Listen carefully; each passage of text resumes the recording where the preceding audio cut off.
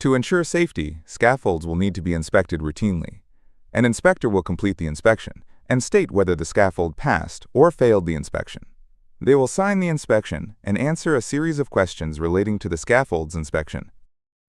Tap on a scaffold and select Standing, and then select Needs Inspection. Then select the inspection template you want to use, and tap the tick icon.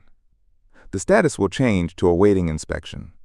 Select the scaffold again and tap the status, and then select the inspection template you set earlier. This will launch the inspection form. Select the inspection result, either pass or fail, and add a comment. This is only mandatory if the inspection failed. Add an image of the scaffold that's being inspected. Next, answer the inspection questions. Questions can be marked as mandatory, so the inspector must answer these questions. Sign the inspection and tap the tick icon. The inspection will be complete.